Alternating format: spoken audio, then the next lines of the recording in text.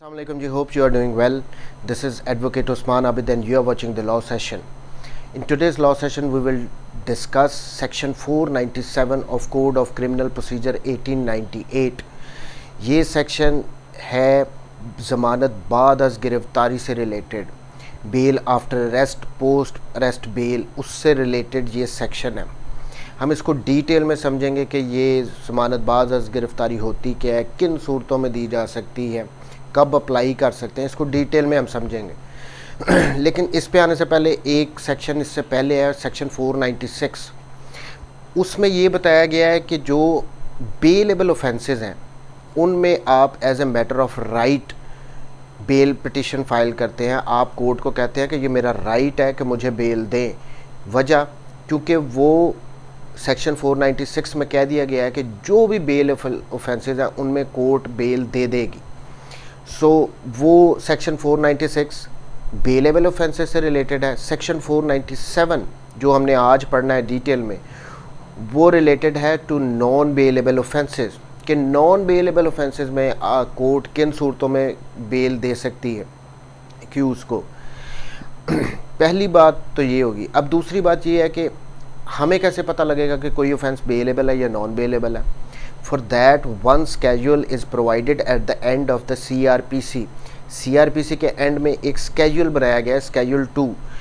हर law student को, हर young lawyer को, कोई भी ऐसा वकील जो कि क्रिमिनल साइड की प्रैक्टिस करना चाहता है या कर रहा है, उसको उस स्केड्यूल से मालूमात होनी चाहिए, उससे उसको फेमिलियर होना ज़रूरी है।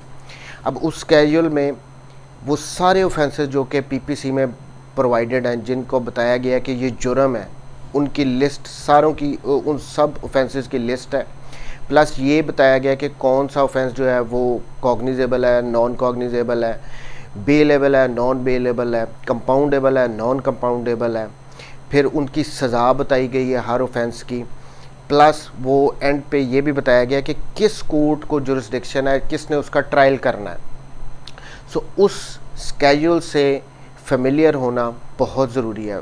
अब इसलिए भी क्योंकि अगर कोई क्लाइंट आता है आपके पास, वो FIR लेके आता है, उस पे जो सेक्शंस लगे हैं, अब आपने जल्दी में कैसे पता लगेगा कि ये बेलेबल है, नॉन बेलेबल है। अगर उसमें 3-4 ऑफेंसेस लगे हुए हैं तो स्ट्रेट वे हम स्केड्यूल 2 निकालते हैं, उस लिस्ट में से उस ऑफेंस को देखते हैं कि ये बेलेबल है, नॉन बेलेबल है, इसकी पनिशमेंट कितनी है, किस कोर्ट में इसका ट्रायल होना है।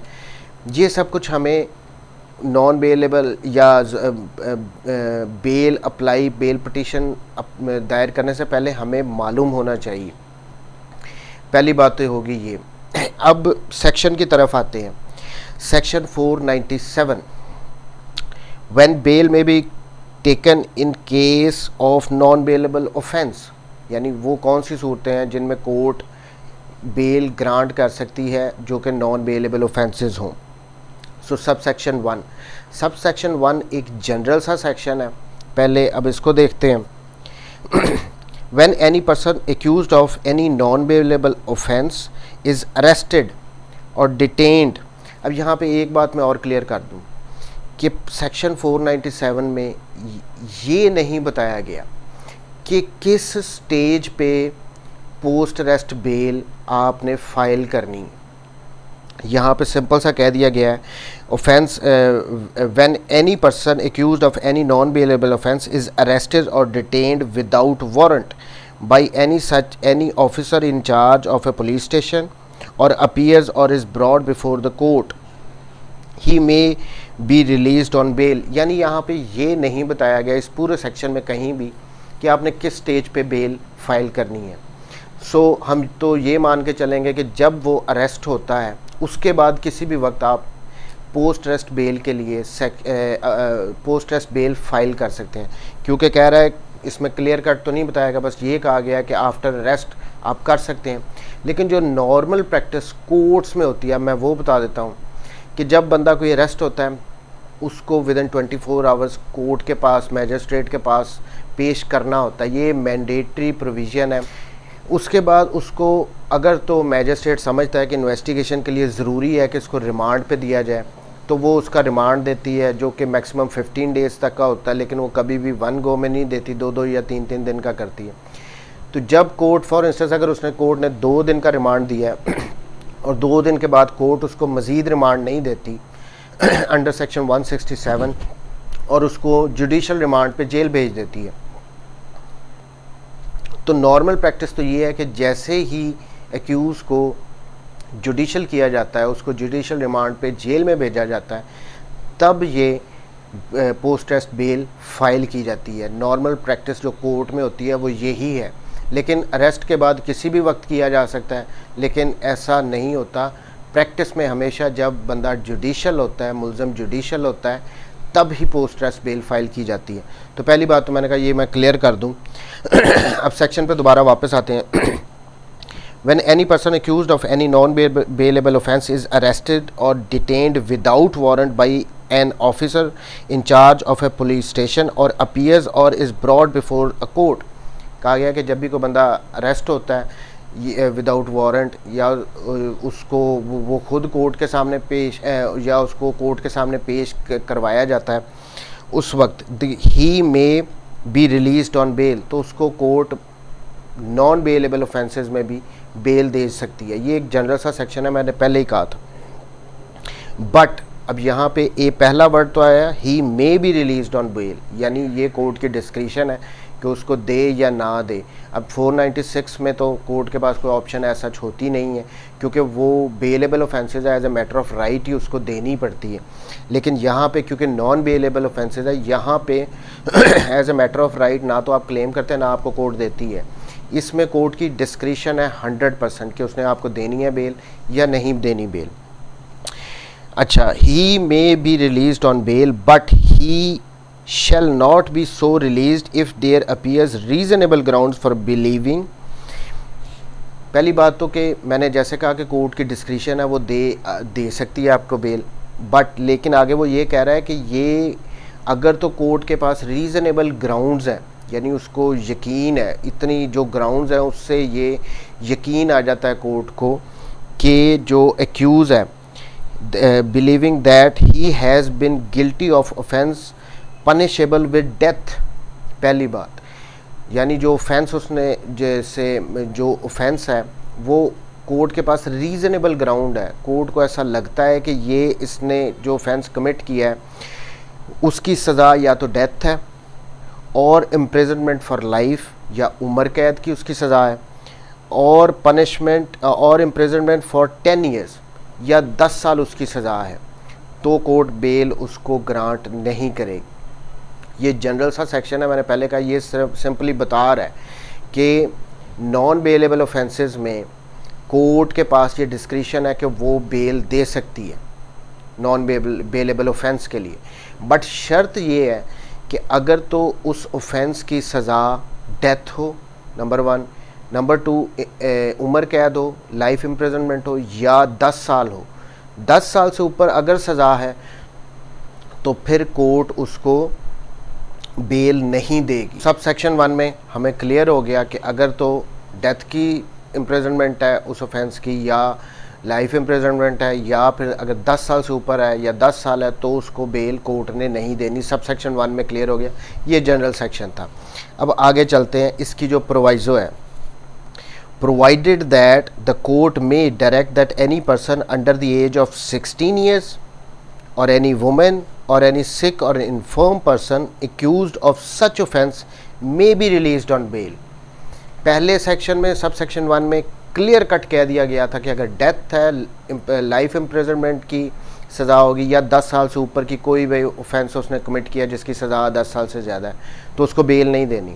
अब जो प्रोवाइज़ो उसने दिया उसमें ये कह दिया गया कि अगर ऐसा कोई ऑफेंस किसी 16 साल के बच्चे ने कर लिया हो, किसी माइनर ने कर लिया हो, या किसी औरत ने किया हो, या किसी बीमार बंदे ने जो बीमार हो, या फिर कोई बूढ़ा किस्म का आदमी हो, इन्फर्म बंदा हो जो बड़ा कमज़ोर हो, उनको कोर्ट ऐसे ऑफेंसेस में भी बेल ग्रांट कर सकती है। सो पहली बात यहाँ पे क्लियर होगी, नॉर्मल में नहीं देनी अगर 10 साल से ऊपर की सज़ा है, बट अगर ये 16 साल से कम उम्र है, या फिर वो बूढ़ा है, या कमज़ोर है, या कोई फीमेल है, कोई औरत है, तो उनको कोर्ट ग्रांट कर सकती है दो उसकी सज़ा डेथ हो, लाइफ इम्प्रिजनमेंट हो या 10 साल से ज़्यादा हो। तो सब सेक्शन 1। अब आगे इसकी एक फर्दर प्रोवाइज़ो दी गई है, provided further that a person accused of an offence as aforesaid. As aforesaid का मतलब हो गया कि जो सेक्शन सब सेक्शन 1 में कहा गया, अब ये वो ऑफेंसेस हैं के बारे में बात कर रहा है जिनकी डेथ हो या लाइफ इम्प्रिजनमेंट हो या 10 साल से ज़्यादा की सज़ा हो, नॉन बेलेबल ऑफेंसेस हो, ये सारे जो सब सेक्शन 1 में बताए गए थे।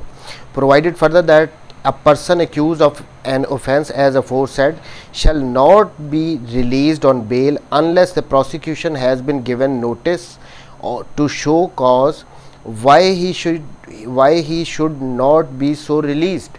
यानी अगर कोर्ट ने किसी बंदे को बेल देनी है, वो नॉन बेलेबल ऑफेंस है, उसकी पनिशमेंट जो है वो 10 साल से ज़्यादा है या लाइफ इम्प्रिजनमेंट है या डेथ की है, कोर्ट उसको बेल देना चाहती है, कोई माइनर बच्चा है या फिर कोई आ जाता है, कोई सिक या इन्फर्म बंदा है, कोई फीमेल है, तो ऐसा नहीं होगा कि उसने बेल पिटीशन फाइल की और कोर्ट ने उसको स्ट्रेट अवे दे देनी है कि आप तो इस प्रोवाइज़ो में फॉल करती हैं, हम आपको बेल दे रहे हैं। नहीं, इसका मतलब ये नहीं है। इस सिचुएशन में भी कोर्ट ने प्रोसिक्यूशन को नोटिस करना है, उनको कहना है आप अपीयर हों और हमें बताएं कि हम इनको ज़मानत क्यों ना दें।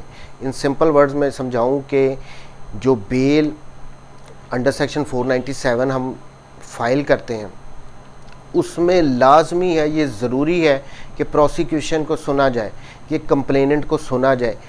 एक साइड को सुन के, सिर्फ एक्यूज़ को या पटिशनर को सुन के कोर्ट फैसला नहीं करती बेल पटिशन का।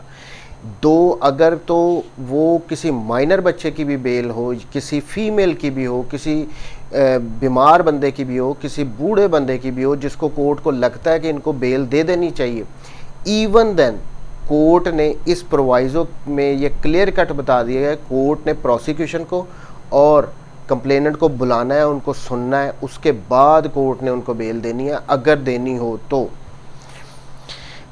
ये हो गई जी सेकंड प्रोवाइज़ो।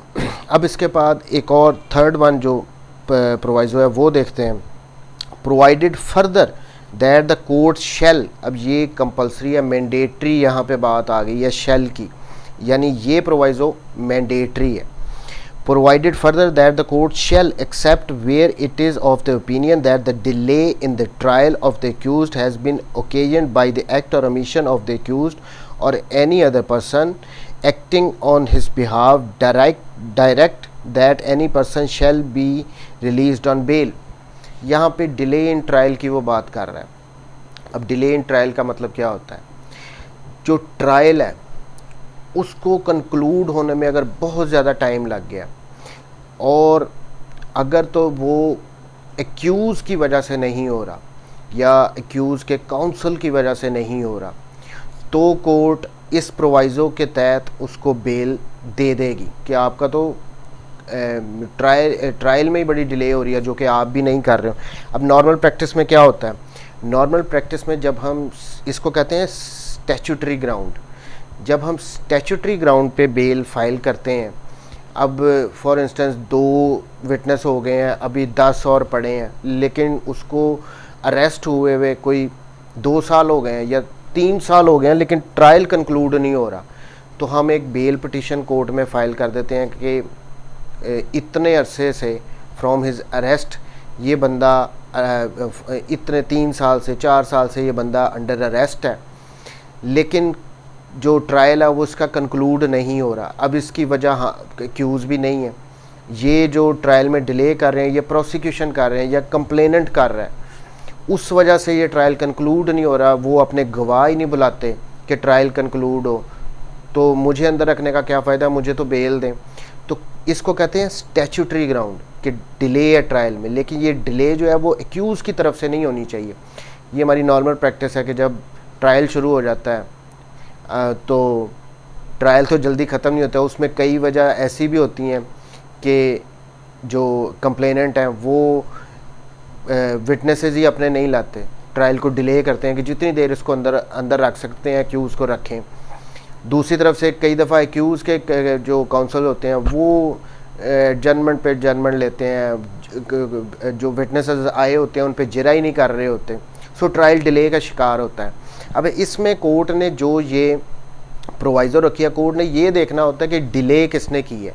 हम स्टैट्यूटरी ग्राउंड पे हमने जब बेल फाइल करनी है तो कोर्ट नॉर्मली क्या करती है, अगर तो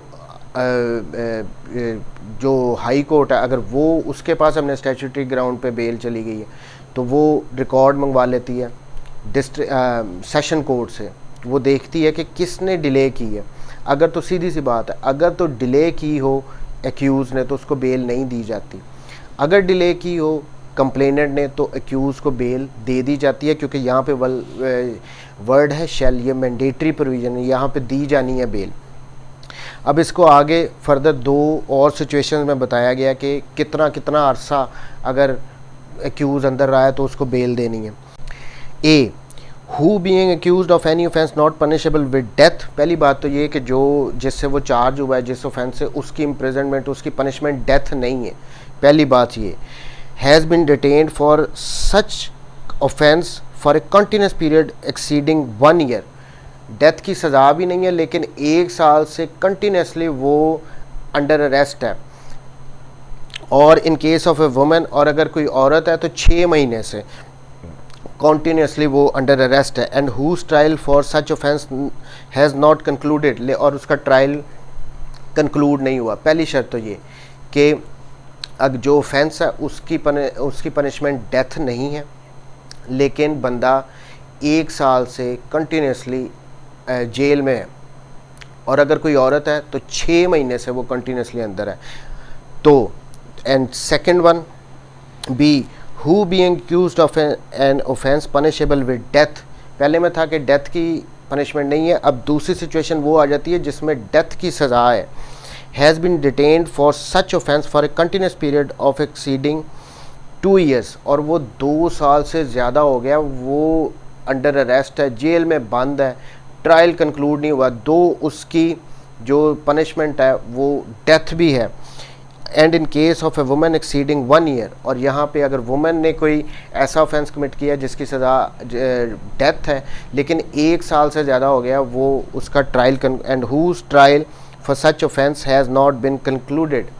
तो ये 2 सिचुएशन है, अगर डेथ के पनिशमेंट वाला ऑफेंस है और बंदा 2 साल से जेल में है लेकिन ट्रायल कंक्लूड नहीं हुआ, और अगर खातून है तो 1 साल से वो जेल में बंद है लेकिन ट्रायल कंक्लूड नहीं हुआ। दूसरी शर्त ये है कि अगर कोई ऑफेंस जो है वो उसकी पनिशमेंट डेथ नहीं है बट 1 साल से वो एक्यूज़ जो है वो जेल में है, और अगर कोई वो फीमेल है तो वो 6 महीने से अंदर है। तो इन दोनों सूरतों में चूँकि ट्रायल कंक्लूड नहीं हुआ और वो एक्यूज़ की अगर वजह से नहीं हो रही डिले ट्रायल कंक्लूड होने में, तो कोर्ट उसको बेल ग्रांट कर देगी। ये स्टैट्यूटरी ग्राउंड होती है जिस पे कोर्ट बेल देती है डिले इन ट्रायल की।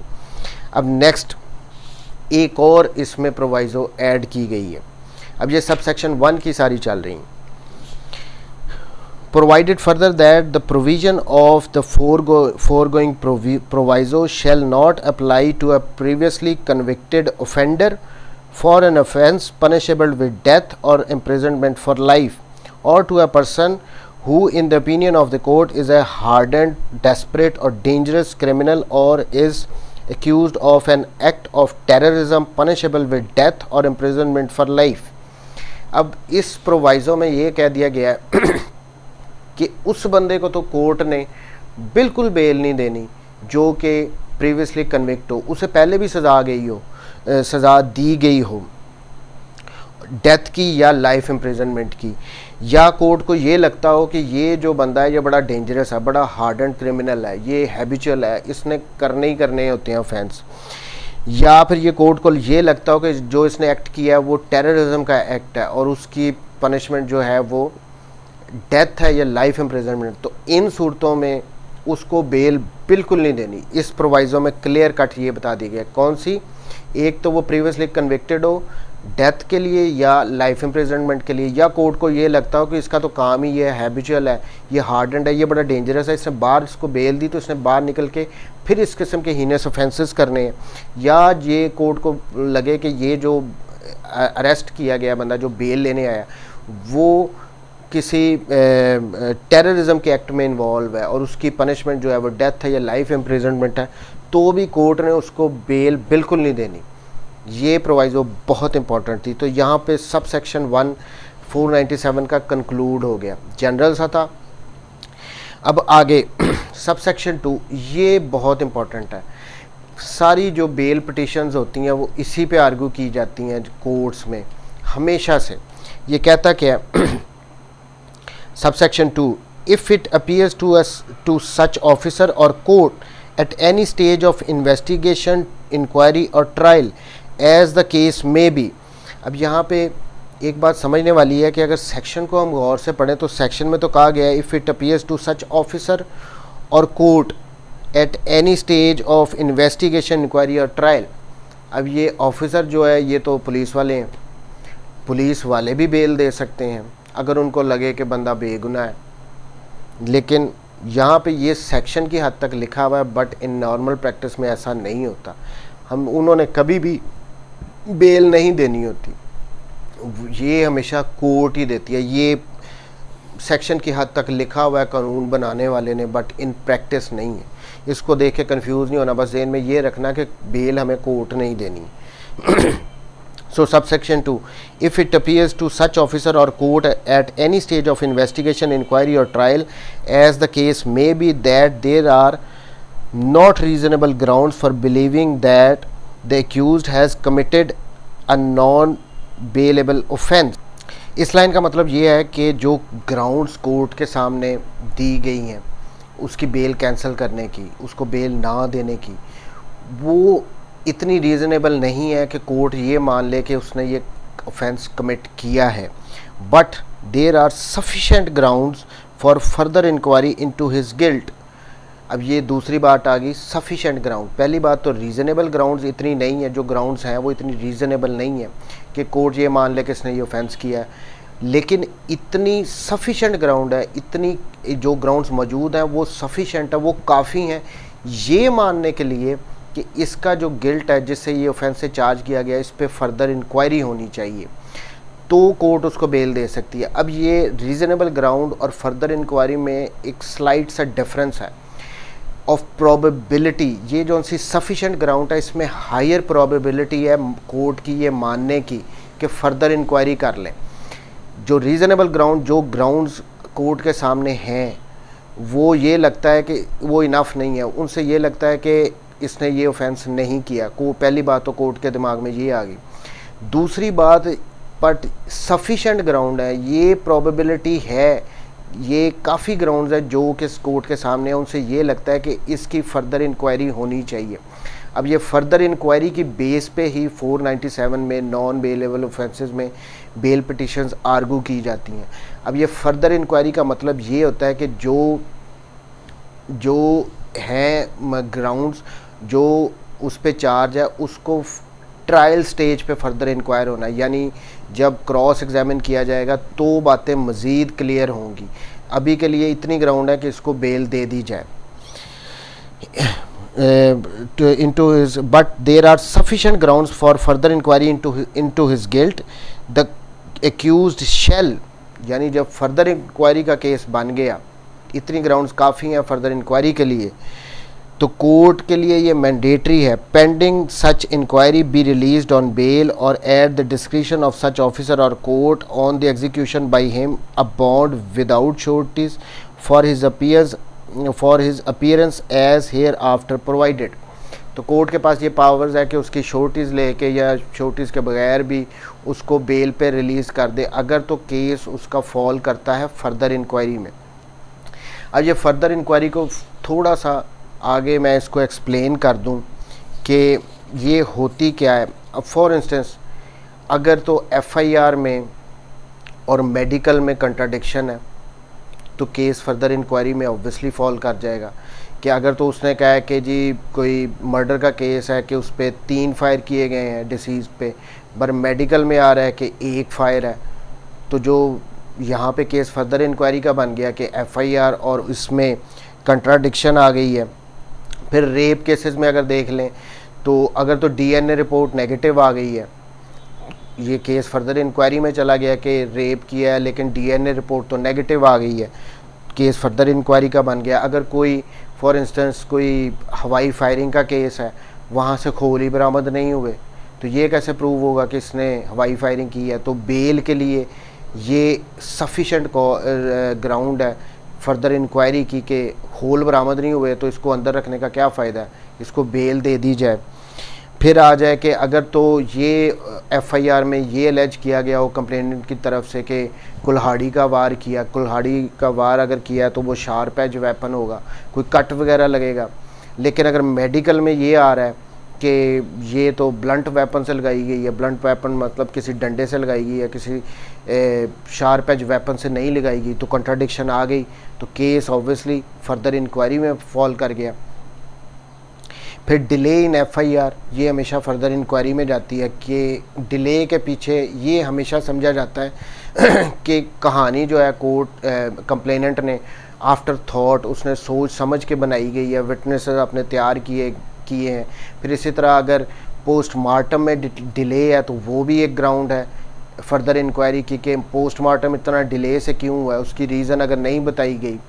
नेक्स्ट वन इस कोई रिकवरी अगर नहीं हुई तो वो भी फर्दर इंक्वायरी का केस बनता है कि जिस फॉर इंस्टेंस हर्ट का केस है लेकिन उससे वेपन ही रिकवर नहीं हुआ, तो ये भी एक ग्राउंड है फर्दर इंक्वायरी का। फिर 161 की स्टेटमेंट जो विटनेसेस की और कंप्लेनेंट की पुलिस रिकॉर्ड करती है, अगर उनमें बहुत लंबा डिले है तो वो भी एक ग्राउंड है फर्दर इंक्वायरी का कि ये इतना डिले क्यों हुआ है। तो ये वो नॉर्मल प्रैक्टिस में वो ग्राउंड्स हैं जो फर्दर इंक्वायरी में फॉल करते हैं। जस्ट मैंने कहा कि आपको रेफरेंस दे दूं कि पता हो ये फर्दर इंक्वायरी क्या होता है।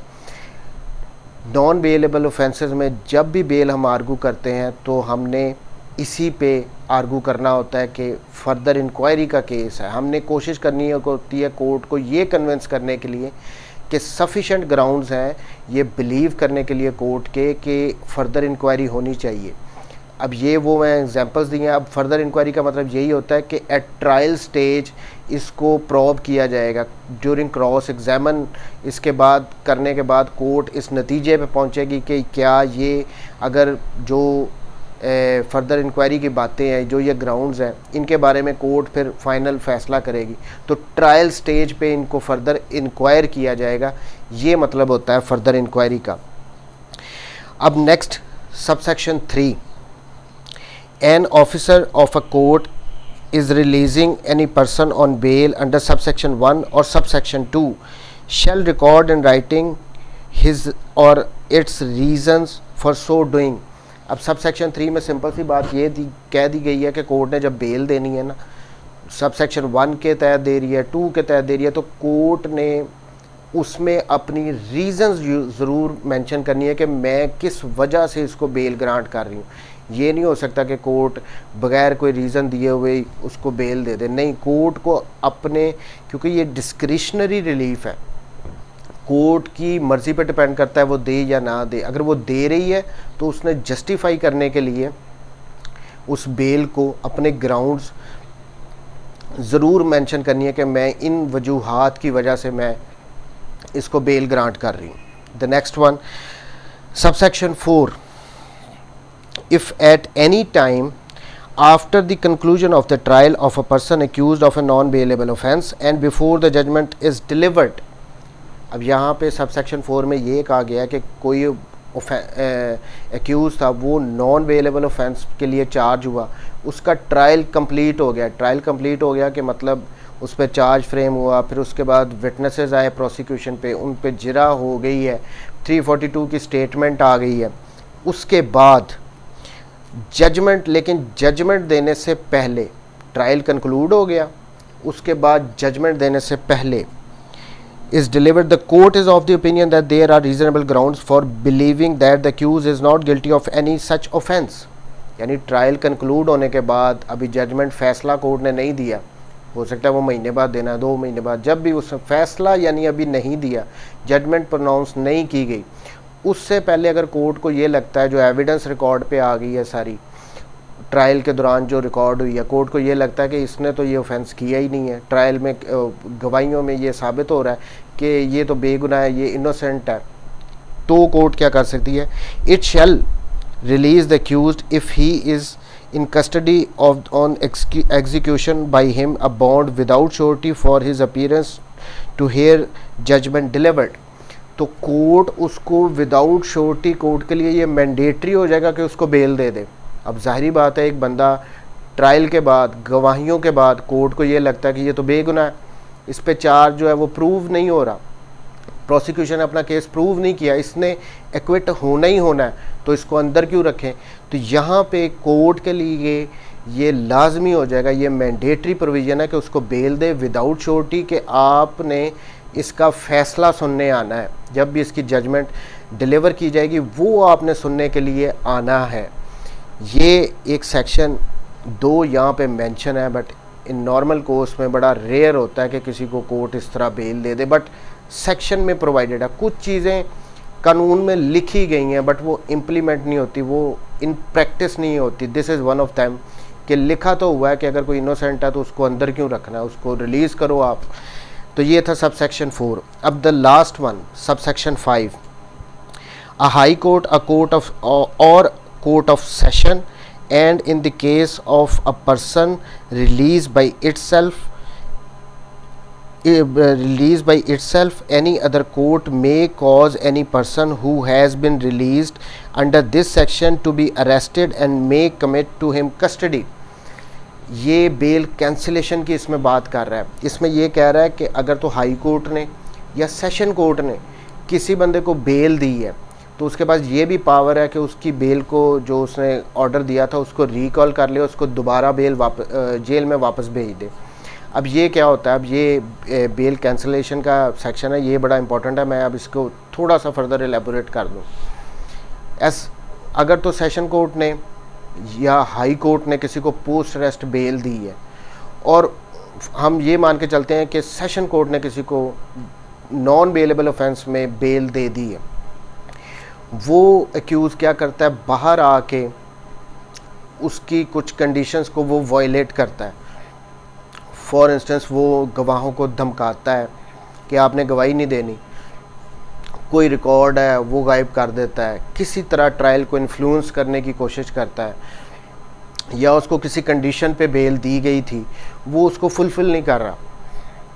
तो इन सूरतों में सेशन कोर्ट के पास ही ये पावर होगी कि उसने जो बेल दी थी वो उसको वापस ले ले और उसको दोबारा अंदर भेज दे। अब ये होता है कि अगर तो वो वायलेट कर रहा है, अगर तो वो इस किस्म के काम कर रहा है, तो ये सेशन कोर्ट के पास ही पावर है कि वो उसको वापस भेज दे, जिसने उसको बेल दी है वही उसको वापस भेज दे। अगर इसी तरह हाई कोर्ट ने दी है और वो बाहर आके ये काम करता है तो हाई कोर्ट के पास पावर है कि वो उसकी बेल को कैंसिल कर दे। अब इसका तरीका ये होता है कि कोई अगर तो एक्यूज़ को बेल मिल गई है और वो इस तरह के काम करता है, वो कंप्लेनेंट को डराता धमकाता है, गवाहों को डराता धमकाता है, कुछ डॉक्यूमेंट्स को वो गायब कर देता है, कुछ भी ऐसा काम करता है, तो नॉर्मल प्रैक्टिस में हम ये करते हैं कि जिस कोर्ट ने उसको बेल दी होती है, मसलन सेशन कोर्ट ने अगर दी है तो हम सेशन कोर्ट में under section 497 sub section 5 for the cancellation of bail of that accused वो फाइल करते हैं। तो सेशन कोर्ट जिसने बेल दी थी उसके पास पूरी पावर्स होंगी कि उसको रिकॉल कर ले, उसको वापस जेल में भेजे, या अगर हाई कोर्ट ने दी है तो वहाँ पर फाइल करेंगे, वो उसको वापस भेजेंगे। दूसरी बात, अब इसमें एक और सिचुएशन भी आती है कि अगर तो सेशन कोर्ट ने बेल दे दी है, पोस्ट अरेस्ट बेल, लेकिन जो कंप्लेनेंट है, जो प्रोसिक्यूशन है, उनको ये लगता है कि जो ये बेल दी गई है वो गलत दी गई है, उनको नहीं देनी।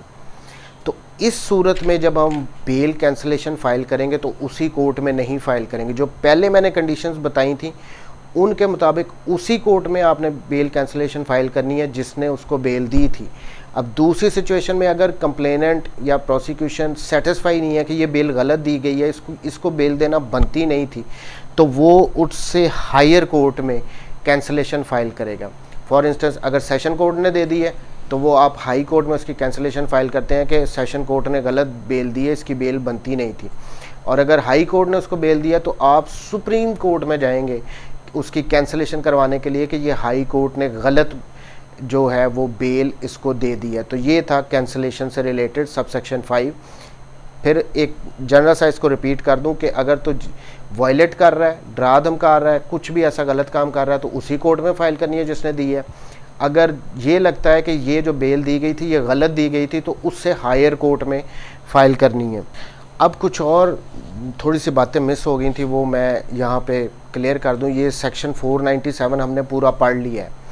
पहली बात तो ये कि जब हम प्री अरेस्ट बेल फ़ाइल करते हैं तो हमेशा हम वहाँ पे फ़ाइल करते हैं सेशन कोर्ट में। पहली जहाँ पे हमने फ़ाइल करनी है वो सेशन कोर्ट में प्री अरेस्ट बेल फ़ाइल करते हैं। अगर वहाँ से कैंसिल हो जाए, वहाँ से ना मिले बेल, तो फिर हम हाई कोर्ट में जाते हैं। बट जो पोस्ट अरेस्ट बेल है उसका प्रोसेस थोड़ा सा डिफरेंस है। मैंने ऊपर बताया था कि स्केड्यूल 2 होता है जिसके बारे में हमें पता होना चाहिए। पोस्ट अरेस्ट बेल हमेशा वहाँ पे फ़ाइल की जाती है कि जिस कोर्ट को उसका ट्रायल करने की पावर हो, उस कोर्ट में फ़ाइल करते हैं। वो जो चार्ट स्केड्यूल 1 में प्रोवाइड किया गया उसमें एंड वाला जो कॉलम है उसमें बताया गया कि किस कोर्ट ने इस ऑफेंस को ट्राई करना है। अगर तो वो ट्राइएबल बाय मैजिस्ट्रेट है तो हमने पोस्ट अरेस्ट बेल मैजिस्ट्रेट की अदालत में फ़ाइल करनी है। अगर ट्राइएबल बाय सेशन कोर्ट है तो पोस्ट अरेस्ट बेल हमने सेशन कोर्ट में फ़ाइल करनी है। तो ये pre arrest post arrest bell का एक डिफरेंस है कि प्री अरेस्ट हमेशा सेशन कोर्ट में और पोस्ट अरेस्ट बेल हमेशा उस कोर्ट में जिस कोर्ट ने उसका ट्रायल करना हो। अब ये हमें पता स्केड्यूल 2 से लग जाता है कि किस कोर्ट ने उसका ट्रायल करना है। दूसरा, जब हम ये जनरल मैं बातें अब कर रहा हूँ पोस्ट अरेस्ट बेल से रिलेटेड, एक जब हम प्रैक्टिस में आते हैं तो एक वर्ड हम बहुत यूज़ करते हैं कि ये प्रोहिबिटरी क्लास क्या है, जिसको उर्दू में ममनुआ क्लास कहते हैं, वो क्या होती है। हमने सबसेक्शन 1 में पढ़ा था कि डेथ या लाइफ इम्प्रिजनमेंट या 10 साल या उससे ऊपर जितने भी ऑफेंसेस हैं उनमें कोर्ट ने नहीं देनी। यानी 10 साल या 10 साल से ऊपर के जितने ऑफेंसेस हैं वो नहीं देनी। ये प्रोहिबिटरी क्लॉज है पोस्ट अरेस्ट बेल की, जिसको हम डिस्कस करते हैं। फॉर इंस्टेंस, अगर किसी ऑफेंस की पनिशमेंट 7 साल है, 3 साल है, 8-9 साल है, तो हम कोर्ट में जब बेल पिटीशन फाइल करते हैं तो उसमें लिखते हैं कि ये ऑफेंस जो है प्रोहिबिटरी क्लॉज में फॉल नहीं करता। इसका मतलब है कि इसकी पनिशमेंट 10 साल से कम है, इसलिए हमें ये बेल दे दी जाए। ये एक ग्राउंड होता है। प्रोहिबिटरी क्लॉज के बाद लास्टली एक पोस्ट अरेस्ट बेल से रिलेटेड बात वो ये है कि हमेशा कोर्ट ने टेंटेटिव असेसमेंट करनी होती है। ये वर्ड भी आप बहुत ज़्यादा सुनेंगे। अब ये टेंटेटिव असेसमेंट क्या होती है?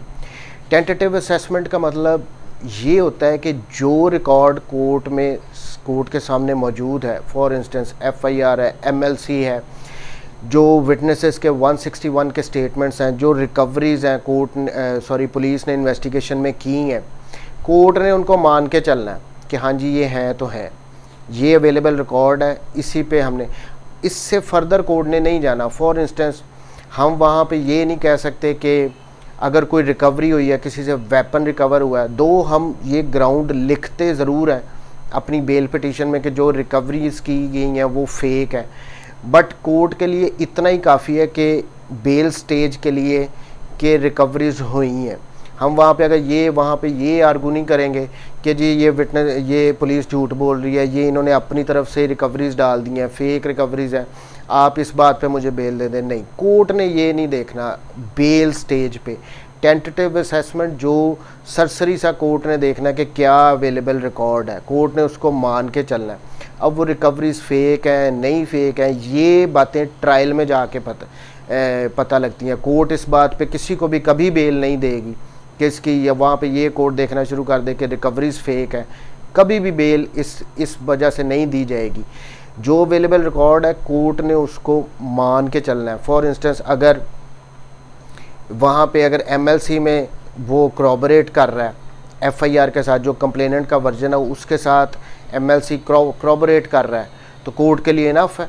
अब वहाँ पे हम ये आर्गू नहीं करेंगे खड़े होके, या हम ये ग्राउंड नहीं लेंगे कि ये जी जो मेडिकल ऑफिसर था ये इनके साथ मिला हुआ था, इसने पैसे ले के बेल ये मेडिकल बना दिया है। ये कोई ग्राउंड नहीं है। कोर्ट के लिए टेंटेटिव असेसमेंट में इनफ है कि MLC रिकॉर्ड पे आ चुका है, कोर्ट ने उसकी फाइंडिंग्स को देख के चलना है।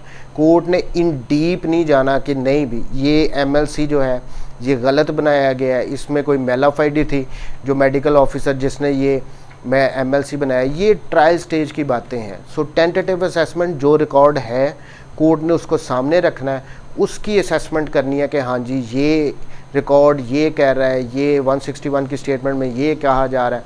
अब हम वहाँ पे ये नहीं कह सकते कि सर जी इसने पैसे लेके कंप्लेनेंट से पैसे लेके इसने ये 161 की स्टेटमेंट रिकॉर्ड कर दी है, कोर्ट को इससे कोई लेना देना नहीं है। अब ये बेल स्टेज है, ये बातें तो सारी ट्रायल में होंगी जब उस पर जिरा होंगी।